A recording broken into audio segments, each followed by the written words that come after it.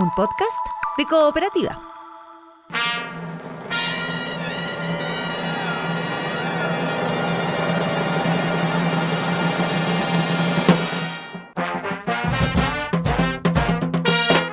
Hola, esto es Salud por la Historia, un podcast que reúne las conversaciones que hemos tenido durante ya varios años con el dramaturgo Andrés Kalavsky. Diálogos sobre los pequeños y grandes momentos que forman nuestra historia. Hablamos de música, de inventos, de creaciones y decisiones que cambiaron nuestra vida, de aventuras y descubrimientos, de heroínas, héroes y villanías. Este es un podcast para entender cómo llegamos hasta aquí y suena como un brindis. Salud por la Historia.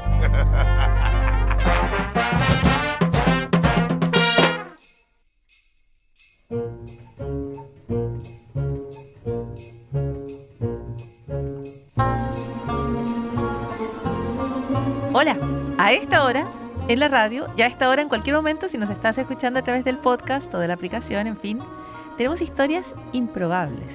Tenemos resultados inesperados de movimientos que generaron una serie de eventos, en algunos casos desafortunados, pero en algunos casos afortunados.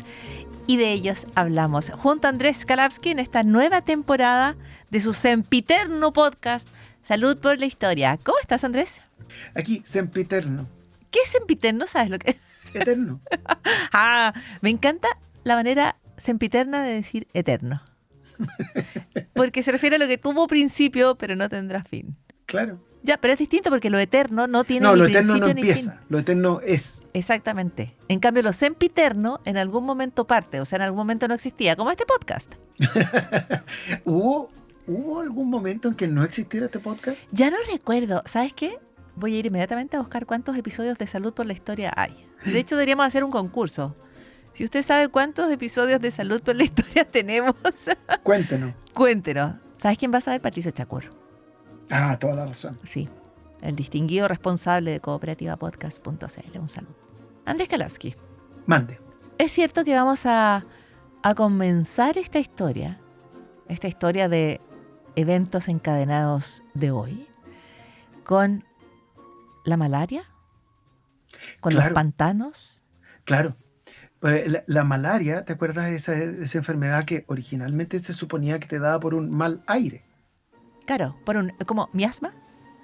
Claro, la teoría del miasma de la que hemos hablado varias veces, que es como, aquí huele mal, debe ser que en este olor, en estos gases, hay partículas que nos hacen mal. Y eso es lo que nos enferma. Que era una teoría equivocada, pero no era mala.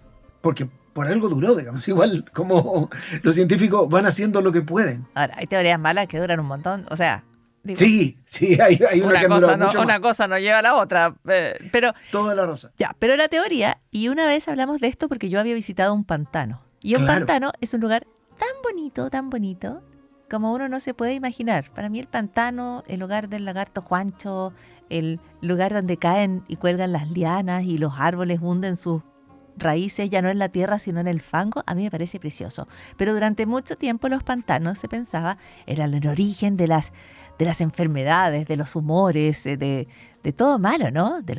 No sé. Claro, por eso la malaria también era el paludismo, porque Palus, como el puerto de Palos, es donde hay pantanos. Pero se pensaba que si los gases malos te hacían mal, los gases buenos te hacían bien. ¿Sí? Era como, ahí vamos avanzando con la idea. Uh-huh. Entonces había un cirujano que tenía bastante plata en finales del siglo XVIII en Bristol, un señor que se llamaba Thomas Beddoes, que creó el Instituto Neumático. No neumático como de las ruedas, porque eso todavía no se inventaba. O sea, no se inventaban las ruedas neumáticas con aire adentro, sino Instituto Neumático para investigar los aires. Neumático es una gran palabra, ¿no? Es una gran palabra. Es una gran palabra. Entonces, en el Instituto Neumático contrató a un cabro pituquísimo, que era un químico prodigioso de 19 años. Wow. Era un genio. Era tan genio que un tiempo después iba a descubrir cómo aislar el cloro y a probar que el cloro era un elemento. Pero este cabro, que se llamaba Humphrey Davy, era completamente, digamos, era como tú. No conocía el miedo. Eso no es Era cierto. osado, era Conozco el intrépido. miedo. Lo que pasa es que es capaz de actuar con miedo. Bueno, y lo que hacía Humphrey Davy, básicamente su método de investigación era, para no poner en riesgo a otros, inhalar él cuanto gas se le cruzaba por delante, a Ya, ver qué pasaba. qué riesgo. No, o sea, es bastante milagroso que no haya muerto al segundo experimento. Pero eventualmente se topó con un gas que era bien conocido, que tenía distintos nombres, porque en esa época la química todavía no estandarizaba los nombres, pero que nosotros conocemos como óxido nitroso. Ujú. Y lo pasó chancho. Sobre todo le dio risa. Todo le pareció divertido. Era como la canción de Cara de Palo. Bonito, todo me parece bonito. Ya. Y le pareció estupendo. Y entonces investigó varias veces con este gas porque le parecía tan estupendo que lo siguió investigando. Y eventualmente se lo empezó a convidar a otra gente. Hubo famosos artistas, intelectuales, poetas, filósofos que fueron a aspirar un poco de este gas, que empezó a ser conocido como el gas de la risa. Ya. Ahora, no es para reírse precisamente. No, sí, es un gas Jovencito. peligroso, como todo lo que hacía Humphrey Davy. Esto puede ser súper peligroso, pero él andaba ahí intoxicándose con este gas y muerto de la risa. Ya, pero esto es una droga. Es una droga, es un gas peligroso, no solo por los efectos como directos en la salud humana, para producirlo, para producir el óxido nitroso, las maneras en esa época podían producir grandes explosiones. Esto es una cosa muy seria. No, te puede dañar los nervios como de la médula, espinal, no es ninguna No sé, broma. esto es como muchas cosas de la química antigua, increíblemente peligroso, y es, como decía, un milagro que esta gente haya sobrevivido. Entonces, sobreviven. pero sobrevivieron y se volvió como una pequeña moda andar aspirando óxido nitroso. Oye, pero te cuento una cosa, esto pasó hace no mucho en Europa. Sí, no, sí, se ha vuelto a ser moda. Ha vuelto. Y de hecho los primeros que lo prohíben son como los Países Bajos. Lo recuerdo porque es una conversación en la que yo estaba y me impresionaba que era legal y era súper dañino. Y tenían Claro, como una especie de epidemia. Entonces le decían a la gente, oiga, es como jugar con su vida. Claro, es que a la gente se le había olvidado, como que era una moda de hace 2 siglos. Cuando volvió, a la gente se le había olvidado la parte peligrosa. Ujú. Pero Pero bueno, volvamos. en esta moda hubo un señor gringo que se llamaba Samuel. Y Samuel había viajado a Calcuta, porque, en fin, venía de una familia de plata, había viajado a Calcuta, y había visto esta cosa que se llama cabrestrante. ¿Has visto una cosa que gira para elevar o bajar el ancla? Ah, por supuesto, el cabrestante. Eso. Como todos sabemos. Entonces, No, había esa dicho cosa que uno hace como que enrolla, así como cuando uno está pescando. El cabrestante exactamente, es lo que como el recoge- carrete. Como el carrete, es como para recoger la caña de pescar, así, el hilo. Claro, Ya. como Ya, los pero en un personajes barco, de entonces es 31 más minutos grande. que dicen carrete, carrete, carrete. Carrete, ya. Ya. Entonces él vio esto y tuvo una revelación, pero no como la de los auténticos decadentes, sino que dijo, yo puedo crear una pistola mejor que las pistolas que usamos. Una Ok. pistola que tenga un tambor que gire con la acción del percutor Wow.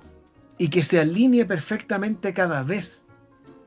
Y es más, dijo, voy a hacerlo, esto mucho antes que Ford, dijo, voy a hacer piezas intercambiables para no tener que construir para cada pistola cada pieza, sino que voy a hacer un conjunto de piezas que se van a poder usar en todas las pistolas del mismo modelo. Perfecto. Y entonces fue donde su padre, que era un señor de plata, pero su padre le dijo, no tengo tanta plata como para hacer esta empresa, cálmate. Entonces él dijo, no me calmo nada, hijo, lo que voy a hacer es que como yo soy autodidacta, ingeniero, sé un montón de cosas, sé cómo producir óxido nitroso. Entonces voy a hacer demostraciones públicas con óxido nitroso que son muy divertidas, a la gente le gustan mucho, porque subimos a alguien y hace un poco el ridículo, y puede ser muy llamativo. Y entonces emprendió una gira de conferencias sobre óxido nitroso, con sus propiedades, qué sé yo, pero eran sobre todo espectáculos. Sí, esto era como para la risa, para la talla. Para la talla, para Ya. echar la talla, de Ok. manera bien peligrosa. Súper, pero bueno. De nuevo, tuvo muchísima suerte, no se le murió nadie en esta gira, hizo mucha plata y instaló una fábrica de armas a la que le puso con su apellido, porque este señor Samuel se llamaba Samuel Colt. Yo creo que esto de jugar con las drogas y las armas de Samuel Colt, no sé si como que me parece tan bueno. A mí tampoco, fíjate, porque quiero decir que esto fue en 1832 que empezó a tontear con esto, se demoró un montón, pero cuando en la década de 1860 hubo un conflicto en Estados Unidos que nosotros conocemos como la Guerra Civil Estadounidense, él decidió venderle sus armas al norte y al sur. No, este gallo no tenía, primero no tenía miedo y primero tenía poquitos límites, digamos. No tenía ni miedo ni escrúpulos. Pero Colt inventa esto que tú has descrito de tantas distintas maneras como un revólver. Claro, este revólver como el disco de los Beatles, porque gira. Exacto. Entonces, este revólver que se hizo famosísimo en la Guerra Civil porque bueno, había necesidad de muchas armas para combatir de un lado y otro. Y una vez... Quizás las armas generaron la guerra, nunca sabremos. Bueno, quizás. Okay. Bueno, había disponibilidad de armas. Bueno, había guerra y había armas, que es una combinación que en general va junta. Claro, y Samuel Colt muere en esa misma década, en la década de 1860, pero en la década siguiente su empresa hace este modelo famosísimo que sigue todavía, todos lo conocemos lamentablemente, que es el Peacemaker, el pacificador, donde se ha visto un nombre, digamos, insólito para un revólver. Uh-huh. Y el Peacemaker es este revólver Colt 45 que usa la misma munición que un famoso rifle Winchester, lo que además facilita, como igual que la parte intercambiable, facilita la producción y el consumo. Y con ese revólver, que era altamente efectivo y altamente confiable en comparación con los anteriores, la gente lo empezó a usar para defenderse y para atacar sobre todo a las poblaciones de nativos americanos en Estados Unidos en lo que se llamó la conquista del oeste. Y se volvió tan famoso que en todas las películas, pero todas las películas del oeste, los cowboys usan el revólver Colt 45, el Peacemaker. John Wayne andaba siempre con su Peacemaker en las películas. Hasta Michael Fox, cuando en Volver al Futuro retrocede en el tiempo y va al oeste, le pasan uno. Oye, la foto de Elvis Presley es con un revólver, como apuntando. La más Elvis famosa. Presley tiene foto con un revólver apuntando. Ajá, sí. Claro, y John Wayne tiene montones también, porque qué manera de apuntar ese señor.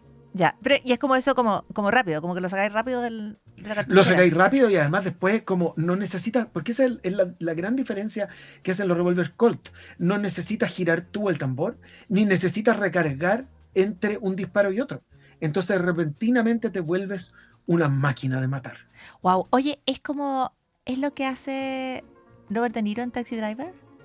Cuando se Robert De Niro se instala como un riel en el antebrazo. Oh, wow, sí. Uy, qué susto. O sea, pero cuando se mira al espejo, ¿es con eso, con ese riel? Con ese riel saca, claro, porque la idea es que tiene el arma, es un arma más pequeña, escondida en la manga, y la gracia es que puede sacarla rápidamente. Ya, y esa lógica, por lo menos la de John Wayne volviendo a las películas, bueno, ya veníamos de las películas como Taxi Driver, pero igual, pensando en John Wayne, como que la gracia es que uno nunca está apurado hasta que desenfunda la pistola. Claro, uno está tranquilo, tranquilo, y fa. Es como Clint Eastwood, que como que te mira, se tira el poncho arriba del brazo y fa. Es como... Claro, ya, y eventualmente, cuando uno desenfunda, ya puede pegar 6 tiros sin necesidad de recargar. Y eso fue una innovación enorme. Entonces, de la teoría del miasma, de un señor pensando, ¿cómo encontramos gases beneficiosos para la gente? Podemos llegar bastante derecho al auge de las películas de cowboy. ¿Y quién fue la gran estrella de las películas de cowboy? John Wayne. Exactamente. Y así llegamos del pantano a John Wayne. Claro. Casi sin escalas. Ok, John Wayne, que es la gran figura del cine, de los westerns, o las películas de vaqueros, como se decía en mi casa. Sí, las películas de vaqueros. Mi abuelo decía, yo quiero una con harto balazo para dormir la siesta. Sí. En mi casa se decía achaucha al muerto por la película de vaqueros, ¿no? Porque esto era como... Claro, sí. Era tiros iban, tiros venían. En fin, gran historia, desde los buenos aires, los malos aires, hasta la historia del revólver, las películas de vaqueros y John Wayne. Y es así como una cosa lleva a la otra, Andrés Kalawski. Sí, pues así y uno no sabe para dónde. Y uno no sabe para dónde. Mientras hay gente que se ríe de los peces de colores porque se puso a aspirar óxido nitroso. No digas eso que, te repito, es muy peligroso. Es muy peligroso. Hay gente que lo hace, está mal, es peligroso, no lo haga. Solo con supervisión médica, para fines médicos. Exactamente. En fin, Andrés Kalavsky irá a pasar la tarde o la siesta viendo una película de vaqueros. Y nosotros seguiremos. No me altere, Paula, que desenfundo. Nosotros seguiremos siempre en el podcast, como John Wayne, que siguió siempre en el cine, ¿no es cierto? Sí, cabalguemos hacia el horizonte, Paula. Cabalguemos ante los horizontes. Me acordé de una frase de John Wayne que dice: nunca confíes en alguien que no toma. ¿Qué tipo de frase es esa? Igual yo no confiaría en John Wayne, digamos. Por ejemplo. Por ejemplo. Hay por otro lado que mala idea andar confiando en gente que ha bebido demasiado. Andrés Kalavsky. Mande. Volveremos a encontrarnos. A la hora señalada. A la hora señalada. Chao. Chao.